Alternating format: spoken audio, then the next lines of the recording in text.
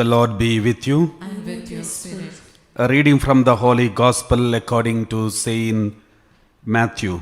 Glory to you, O Lord. When the Pharisees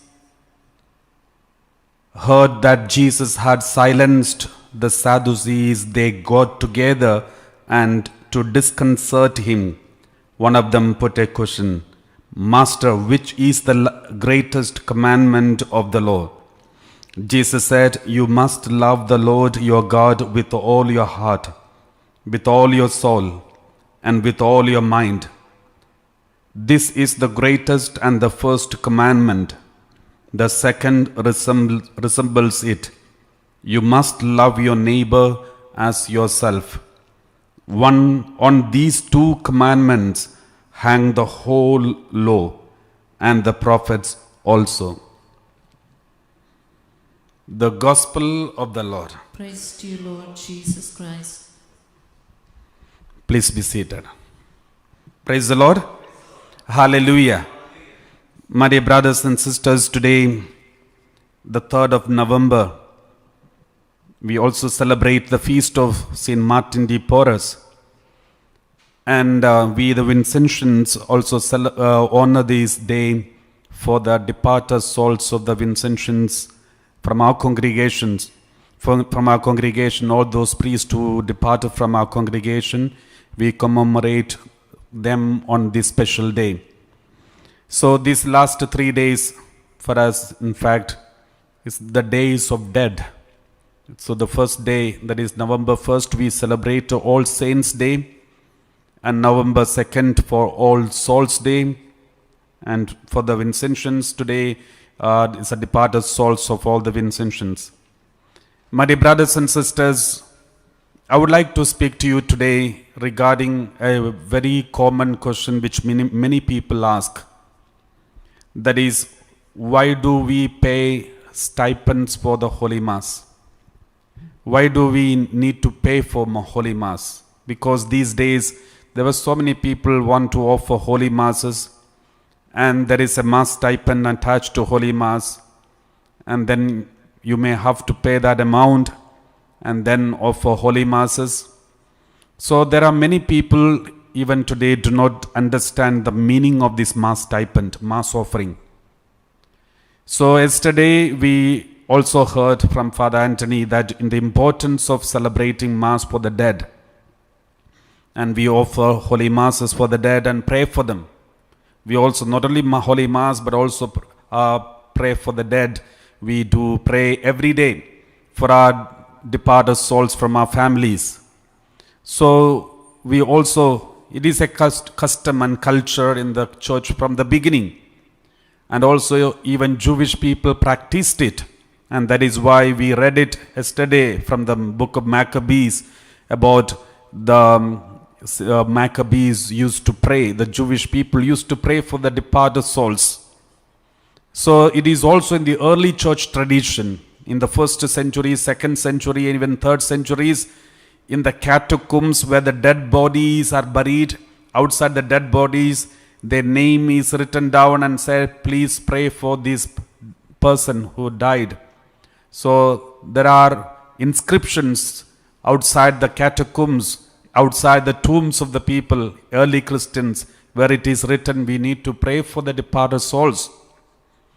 In the 3rd century, 4th century, St. Augustine of Hippo lived when, before the death of his mother, St. Monica, there's only one thing St. Monica requested from her son, St. Augustine. And St. Monica told St. Augustine, saying, "Please, only one thing I request you. Please do remember me when you celebrate Holy Mass anywhere. Whenever you celebrate Holy Mass, please remember me and pray for me." So that is the only request mother made to her son. That is written in the life history of St. Augustine. There are so many traditions that we need to pray for our departed souls. We always remembered our best friends, our family members when they were alive. And it is our duty to continue to remember them even when they are dead. And remember them and pray for them. That is our responsibility, that is our duty. If possible, we need to offer holy masses, because holy mass has got, it is beyond time and space. Every other prayer may be constrained to time because we do pray and that depends on us. Because it's in my, for example, if I pray for somebody, it is my act. I pray for someone. If I do something good, it is my act. But the Holy Eucharist is an act of God. It is beyond time and space. It comes from heaven. Therefore, it can go to past, present, and future. It can come to the earth. It can go to any parts of the universe. Therefore, the power of the Holy Eucharist can go to the purgatory and save the people from there. So, that is why we need to offer holy masses for the departed souls. I'll give you some word of God connected to it. Let us read Isaiah 35 verse 8. Isaiah 35 verse 8, we read like this. Isaiah 35 verse 8. A highway shall be there, and it shall be called the Holy Way. It's a prophecy about Christianity. The early Christians were called the people of the way. The Christianity was considered, initially the Christians were called as the people of the way. Because Jesus said, I am the way. So all those who follow the way are called the people of the way. So early Christians, until they were officially called as Christians, before that, during the time of Jesus and even after that, the people were called, Christians were called the people of the way. In India, the Christianity came in the first centuries through Saint Thomas. And those people who lived there in South India, the people who were in the first century onwards, the Christians who were in the first century, the oldest books available, oldest recorded history available, it is mentioned, the Christians were called the people of the way. Even until recently, the Christians in India, South India were called people of the way, because that's how the early Christians were called. So we read like this in Isaiah 35 verse 8, a highway shall be there, and it shall be called the Holy Way. The unclean shall not travel on it. So when you enter into heaven, when you follow Jesus and go to the ultimate home, the unclean, any uncleanness, those who are unclean shall not travel on it, but it shall be for God's people. This way is for God's people. No traveler, not even fools, shall go astray. Nobody will be abandoned. All those who are clean, all those who are holy will enter into this way. Praise the Lord. So, if there is any unholiness, you will not enter into this way and into this house, into the heaven. Praise the Lord. So now we know there are some people who are eligible to go to heaven. Who are the people who are eligible to go to heaven? Those who are perfectly holy. No uncleanness at all. So if we examine our conscience, there may be many people, not so many, but some, at least some people will be there who are very clean, who repented of their sins, cleansed their soul through their way of life, holy lives. For example, Saint Francis of Assisi, Saint Dominic Savio, Saint Don Bosco, Saint Mother Teresa. There are so many saints who lived a holy life, eligible to go to heaven. But at the same time, there are also people who lived the terrible life.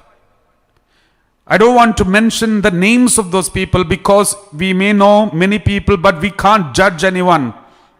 Because even the so-called, the terrorist or the worst people which we consider as worst need not be worst in front of God, because we don't know what they felt inside of them. They may be repenting. They may be crying for their sins, at least the last moment or somewhere in their life. We don't know. Therefore, we don't want to judge anyone.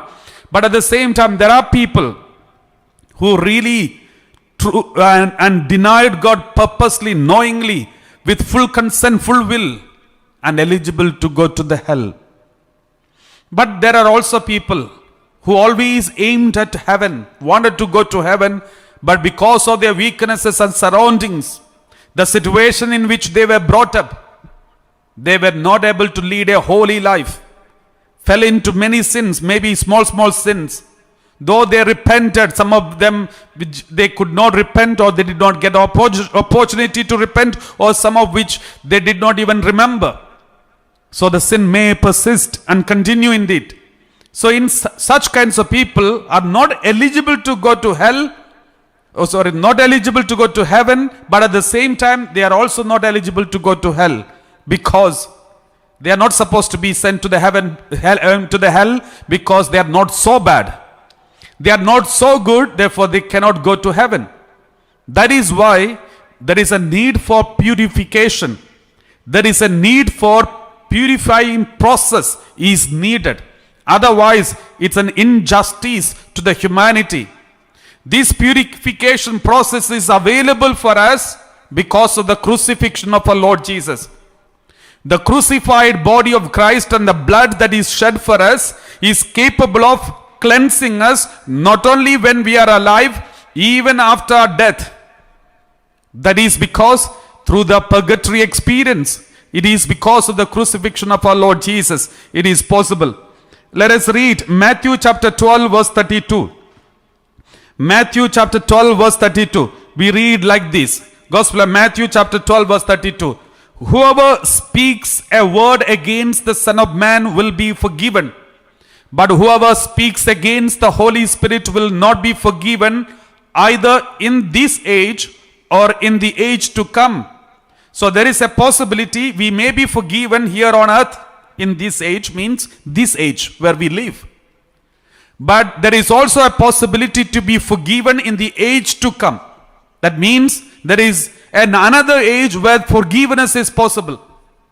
It's not about talking about heaven, because heaven is only for the holy people. But there is another age or another state of life where God's forgiveness can be granted, not only here on earth, but also in another age where God's forgiveness can be granted.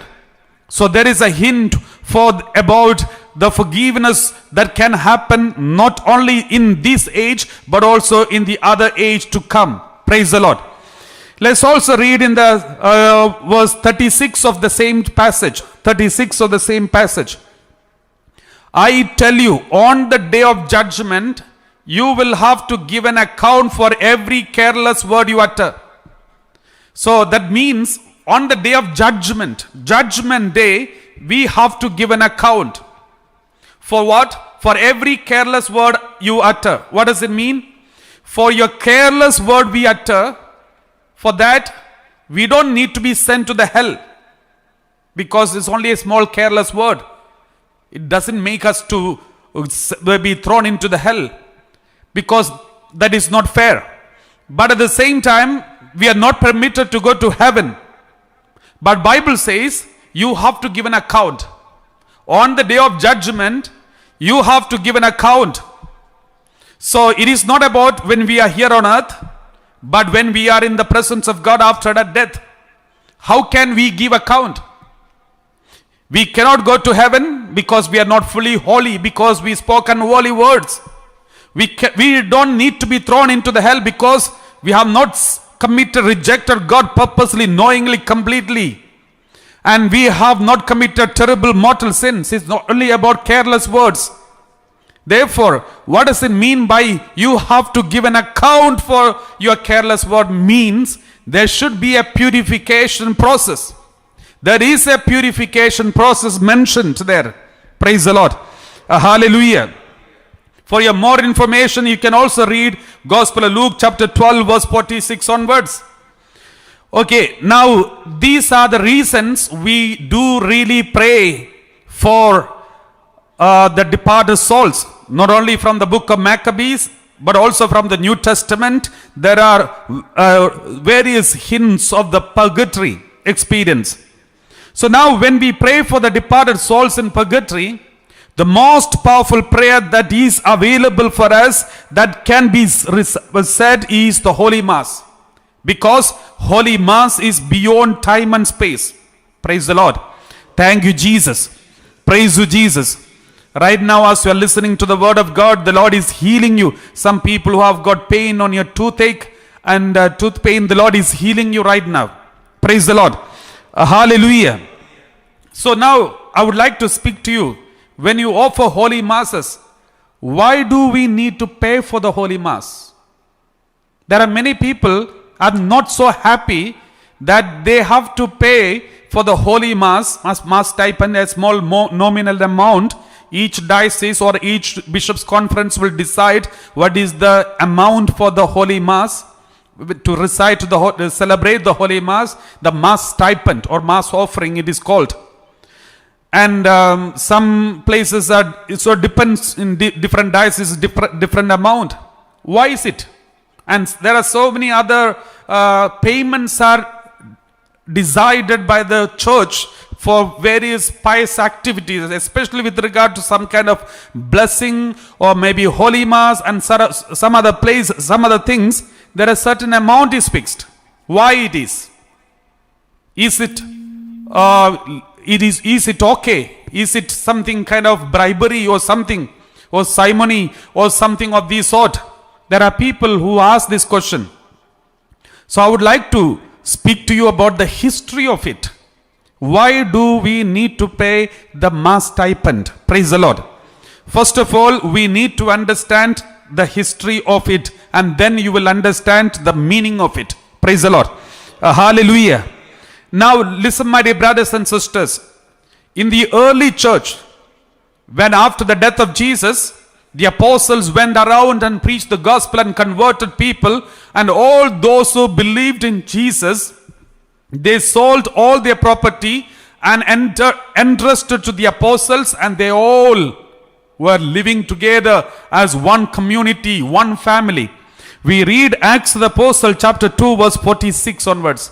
Acts of the Apostle chapter 2 verse 46 onwards. Let us read like this. Day by day, as they spent much time together in the temple, they broke bread at home and ate their food with glad and generous heart. So they all together, let's read first 45 onwards. 45. They would sell their possessions and goods and distribute the proceeds to all as any had need.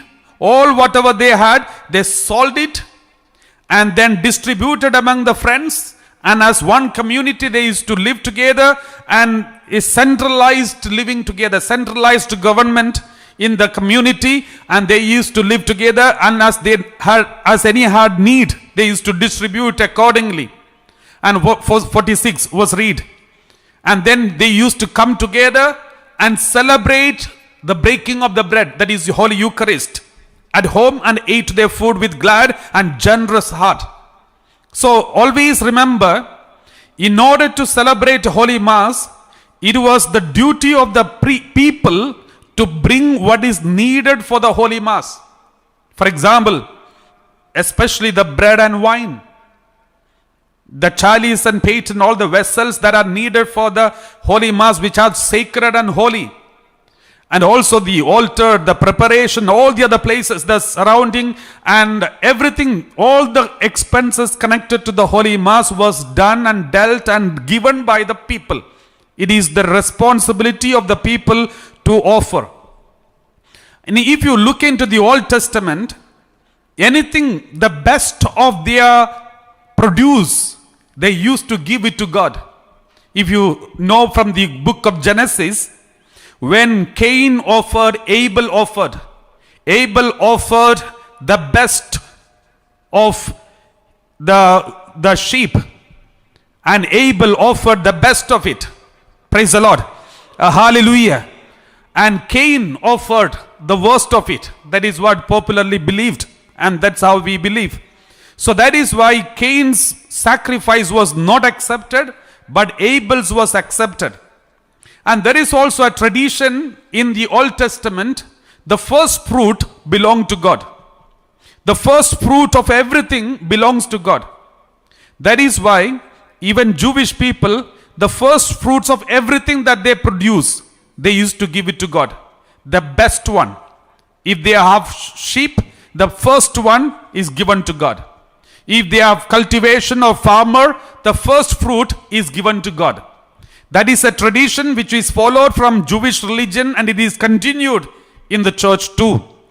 And there are people who offer their first salary to God. And there are people who give their best and the first. They used to give it to God. And that is a tradition, that is the church, that is the culture. And also remember one thing, any sacrifice, any of celebration of the Holy Mass is considered as a sacrifice of Jesus on the altar. Sacrifice of Jesus that happened 2000 years ago on Mount Calvary is taking place here on this altar. And we are partaking in the same sacrifice. Therefore, there should be a contribution of sacrifice from each and every one of us part when we partake in the sacrifice of Jesus Christ. So that is one of the reasons why the people used to make sure that they offer some sacrifice or do some sacrifice when they come to celebrate Holy Mass. Praise the Lord. So in the first century, when the priest used to celebrate Holy Mass, the elders used to celebrate. Who elders means the priest, the figure, or when they originally they were called as elders. And when they celebrate Holy Mass, it was the duty of the people to bring the bread and wine and all that is needed for the celebration of the Holy Mass from their homes. That is why even today, in the Holy Mass, we have a culture or custom that the whole offertory is brought from outside the church, at the back of the church, is offered in a solemn procession, brought to the altar. The people offer and the priests receive it and offer it on this altar. So this is a culture. This is the custom that started from the first century. Even today, if you go to some countries, especially in Africa, if you go there and celebrate Mass, you can see during the offertory time, people bring lots of their best fruits of the produce. Some even bring the animals. Some bring some cultivation. The farmers bring the wheat or rice or something. And some other people bring fruits. And they stand in the queue and the procession and dancing, singing together. They bring it in front of the altar, and the priest accept it and keep it in front of the altar.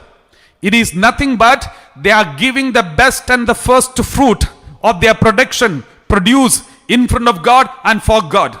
They are doing sacrifice. They are doing sacrifice. So it is a custom, and it is also symbolic that represents one's own sacrifice to be united with the sacrifice of our Lord Jesus, which is celebrated on the Holy Mass. One's own sacrifice to be united with the sacrifice of our Lord Jesus, which is celebrated on this altar. Praise the Lord. There is also a reason. There is a historical, biblical reason why it is needed. In the Old Testament, we read 2 Samuel chapter 24, verse 21 onwards. 2 Samuel chapter 24, verse 21 onwards.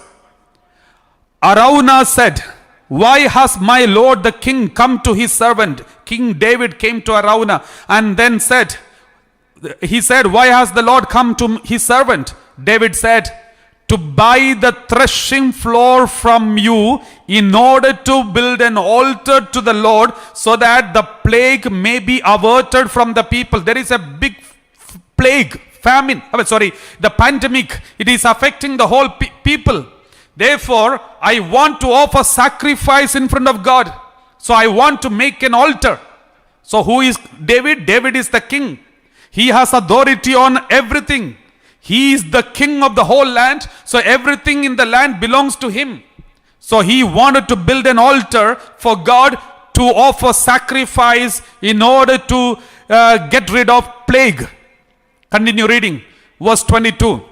Then Araunah said to David, "Let my lord the king take and offer up what seems good to him." Here are the oxen for the burnt offering. So whatever God, the king wants to do, do it.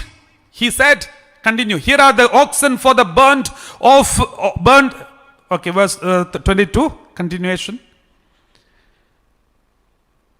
So oxen for the burnt offering, and the threshing sledges and the yokes of the oxen for the wood. Everything is here. You can take, king, you can take whatever you want. Continue reading. All these, O king, Araunah gives to the king. Then Araunah said to the king, may the Lord your God respond favorably to you. Praise the Lord. Hallelujah. Continue. But the king said to Araunah, no, but I will buy them from you for a price. I will not offer burnt offerings to the Lord my God that cost me nothing. Remember, once again read this passage, this word of God. I will not offer burnt offerings to the Lord my God that cost me nothing. David said, I will not offer any offering, any burnt offerings to the Lord that cost me nothing. So David bought the threshing floor and the oxen for 50 shekels of silver. My dear brothers and sisters, this is the biblical route why we need to pay a small amount of money. It is not the cost of the Holy Mass. I'll explain to you. It is the cost. It is the cost of the maintenance. I'll explain to you about this in the coming words. Praise the Lord. So always remember, this is from biblical. I will not offer any burnt offering that cost me nothing. So this small amount that we pay as mass stipend, it is nothing but symbolic, and also it is a contribution. We are offering a sacrifice. We are doing a sacrifice in order to be united to the sacrifice of Jesus. It's a symbolic representation of our sacrifice. Praise the Lord. Hallelujah. Let us also read 1 Chronicle chapter 21 verse 17 onwards. 21 verse 17 onwards. We read like this. And David said to God, was it not I who gave the command to count the people? It is I who have sinned and done very wickedly. But these sheep, what have they done? Let your hand, I pray, O Lord my God, be against me and against my father's house, but do not let your people be plagued. Another occasion when the people were affected by plague, David is crying in front of God and say, please have mercy on the people. Verse 18. Then the angel of the Lord commanded God to tell David that he should go up and erect an altar to the Lord on the threshing floor of Ornan the Jebusite. So another place, Ornan the Jebusite, there he has to offer burnt offering in order to remove the plague. See, here we can see, in order to get rid of the plague, the best way is celebrating Holy Mass, the burnt offering of the New Testament. Praise the Lord. Continue, 19, verse 19. So David went up following God's instructions, which he had spoken in the name of the Lord. Verse 20. Ornan turned and saw the angel, and while his 4 sons were with him, hid themselves. Ornan continued to thresh wheat. Verse 21. As David came to Ornan, Ornan looked and saw David. He went out from the threshing floor and did obeisance to David with his face to the ground. Verse 22. David said to Ornan, give me the site of the threshing floor that I may build on it an altar to the Lord. Give it to me at its full price, so that the plague may be averted from the people. Give it this land, this place where I am going to build the altar at the full price. King is talking to his sheep. Continue, 23. Then Ornan said to David, take it and let my lord the king do what seems good to him. See, I present the oxen or burnt offering, everything, and threshing sledges of the wood and the wheat for grain offering, I give it all. Then verse 24. But King David said to Ornan, no, I will buy them for the full price. I will not take for the Lord what is yours, nor offer burnt offering that cost me nothing. I will not offer burnt offering that cost me nothing. Praise the Lord. So this was the reason in the Old Testament, it was a custom and culture that they have to offer. Even in the Passover celebration, which was celebrated in Jerusalem temple, for the Passover celebration, the most important thing is a sheep should be slain. A sheep should be sacrificed. This sheep, it is not a contribution from the priest to the people, but the people has to bring the sheep and the priest sacrifice the sheep and then give it back to them. So this is the culture and custom from the Old Testament too, in the Jewish religion too. Praise the Lord. Now, when it comes to the early church, it was also the same thing was followed. For the Holy Mass, it was the duty of the people to bring and offer everything and then celebrate the Mass and receive. They themselves receive the Holy Communion and celebrate the Mass and go back. But later, when the number increased, in each assembly, there are thousands of people. It was not practical to get the host and wine and whatever that is needed for the Holy Mass to be brought from every houses. There will be commotion, there will be disorder, there will be confusion. And therefore, the church offers the church arranges it was the responsibility of the church, the parish priest and the committee or whoever that is attached to the church. They have to arrange the host and everything that was needed for the Holy Mass, and it has to be celebrated and distributed among the people, and the people start offering love offering during the Holy Mass. And that is how the culture of love offering started in the Holy Mass. That is nothing but the continuation of the early church. Now it is not practical to bring the offering for the Holy Mass, but everyone come freely and then celebrate the Mass. Only during the offertory time, offer some whatever that they seem to be good. They offer for the church, for the maintenance of the church, for the expenses of the Mass and everything connected to the church. So they have to pay a small amount as a love offering, which should be offered as a love, with love. Praise the Lord. Hallelujah. That is the tradition of the church. So this is about the offerings that are offered in the church. But about the Mass stipend, why do I need to say all these things? Because I was getting so many messages. Why do we need to pay for the Mass? So there are so many questions about it. That's why I'm explaining these things to you. And now, why the church has put a small amount for each Holy Mass which you offer. For example, if I have to pray for my grandfather who died and I offer Mass, so according to the diocese, which is decided a small amount, in UK it is £10, maybe in some other countries different amount, we have to pay. It is not compulsory. If you cannot afford to pay that, you can pay whatever you want. But there should be a small offering, a small sacrifice from your part. So it's a symbolic way, but at the same time it is also have got another meaning.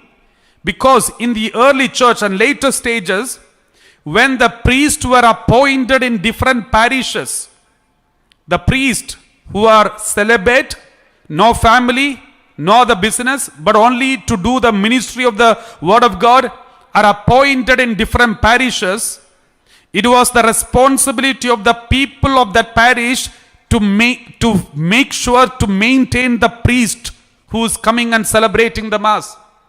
So the people have to take care. The people has to take care of the priest. So that is how originally the church, the responsibility of every parish. Even today it is like that. The people have to take care of the parish priest, the expenses and his food and every details. But there were occasions in the poor parishes, it was not possible. Many poor parishes, especially in missionary areas, tribal areas where the poor people lived, and the priests were appointed there, and the priests had no other business but only do the ministry, preaching Word of God and celebrate the Mass. but they have to maintain themselves and survive. And the people who are not able to contribute and help. In such situations, many priest missionaries struggled. Especially the priests who are appointed to those places struggled. That is one reason. And second point, sometimes the parishioners, if they didn't like the priest, they never used to take care of the priest. And the priest used to struggle. They also have to survive in those places, but they have no one to support. The people are against and they are struggling. So in this, I'm talking about in the olden times. And that was one of the reasons the church have come up with a basic maintenance of the ministers. That is one small amount for the mass celebrated for each day. And this amount, which is called mass stipend, it is not the actual the price of the holy mass. It is the maintenance fee of the priest. Always remember this. The holy mass is priceless. We cannot say that this mass cost only £5. The holy mass is priceless beyond any imagination. It is priceless. But the small amount that we give, it is for the good of the church, for the maintenance of the ministers and their survival. Then you may ask me, Father, what about, there are so many churches which are very rich, the priests are also rich, and then why do we need to offer? Remember, my dear brothers and sisters, according to the law of the church, the canon law and also the rule of the church, catechism of the church, no priests are allowed to take the mass stipend more than one holy mass stipend on each day. Suppose somebody asks me, Father, please celebrate 3 masses. Then, even if I celebrate 3 masses today, so as a community member, we are Vincentian Religious House, so only one holy mass amount will be taken by the priests who celebrate. Rest of the holy mass, even if I celebrate 2 or 3 masses, all those money will go to the diocese. From the diocese, it will go to the poor countries where the priests are celebrating holy mass, but the people are not afford to give the amount and support the priest. In such places, these amount will be gone to. Likewise, all the priests around the world, everyone will be taken care. Their ministry and the ministers who are working for the Lord will be taken care. As a priest, any priest, he cannot take mass stipend more than one in a single day. Even if he celebrates more holy masses. Praise the Lord. Hallelujah. So if we are 4 priests here, if we get more holy masses, the stipend more than what we is required, then the extra should be handed over to our superiors, and from there it will be distributed to different parts of the world where the priests are struggling to get even basic needs, and they will be supported and provided. By saying so, the meaning of mass stipend, by giving this mass stipend, you are doing good to the church. You are doing good to the maintenance of the priest. You are doing good to the ministry of the church in different parts of the world, not only here in your own parishes, but also in the different parts of the world. Therefore, don't be ashamed or afraid or confused when in giving the mass stipends in your parishes. Praise the Lord. Hallelujah. I always would like to encourage to give the mass stipends in your parishes more than any other centers. Praise the Lord. Hallelujah. So, my dear brothers and sisters, there are so many reasons behind this. This is how the church goes on maintaining its people and also the ministers of the church, especially the priests and missionaries who are working in different remote areas and poor places. They are supported and maintained. I know when I have visited some poor countries and also to the poor missionary areas, I have seen the way the priest was struggling to survive. No proper food, no kitchen, no toilets and no other basic needs of their life. They are all coming from very good families and very good situation, way of life, but they are struggling in those areas. But the church always makes sure that they get at least the basic need. For example, a 10 pound means, or maybe 5 euro or 10 pound or something like this, $5, it is nothing but it intend to give. By giving this amount, it is saying, the church saying, at least one day of this priest will be safe. At least his basic need, at least to eat something, will be taken care. So that is the intention. And remember, not more than 1 day's stipend can be taken by one priest, even if he celebrates so many masses. So why? So that in another parts of the world, the priest should be supported. Praise the Lord. Hallelujah. We read Gospel of Luke chapter 10 verse 7. Gospel of Luke chapter 10 verse 7. Remain in the same house.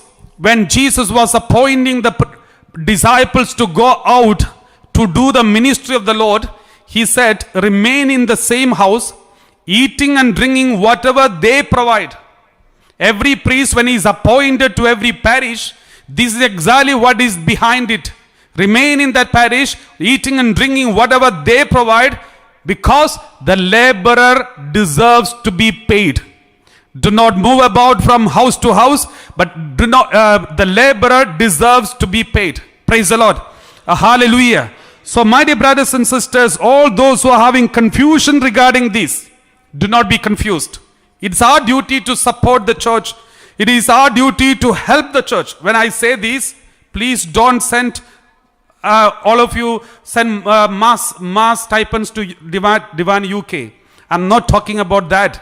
Please do offer holy masses in your own parish churches, and especially if you are able to support the priests and missionaries who are working in the poor countries where the basic necessities are also deprived of.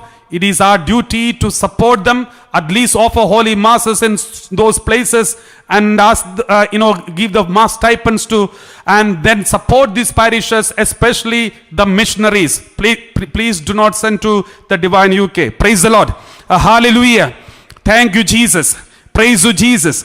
What I'm trying to say is just to educate every Christian, though especially those who do not have a proper idea about the need and the reason why we do have the mass stipend, which is very nominal and which is arranged. Now, suppose a priest is denying somebody, a poor man comes and say, Father, please offer a holy mass for me, but I don't have any money. Please offer a mass. No priest is allowed to deny him unless the priest has already got enough and more holy masses that is required for him. Suppose I don't have masses for 1 year. 1 year, every priest has got minimum 1 year. 1 year, you should not take more than 1 year's. So you should have the mass stipend for 1 year. But at the same time, if I don't have enough masses already, suppose I have only for 1 month's mass stipend, but the rest of the months are free. But a poor man comes and say, Father, please offer 1 holy mass for me, but I don't have money to give you. Please do offer. The priests are not allowed to deny. It is the duty of the priest to take that holy mass and offer. If we cannot, don't ever deny because of the because of the reason of money. But if he has already got enough mass stipends, if he has already obliged to celebrate mass already enough, then he can deny. Otherwise, he is not supposed to deny. So that is how this is arranged in the church, my dear brothers and sisters. Praise the Lord. Hallelujah. So these are the basic things that we need to be aware of. And it is our duty to support our parish and parish priest and different places. And it's also, remember, if in any parish, if anything is lacking, for example, no proper cloth, no proper chalice, no proper paten, no proper, the vestments are very old. It is the duty of the people to support that parish. If we don't do, we will be answerable. More than the priest, the people will be answerable in front of God, because that priest is appointed there to support the people there. It is also duty of the people to support the priest to do his ministry well. Praise the Lord. Hallelujah.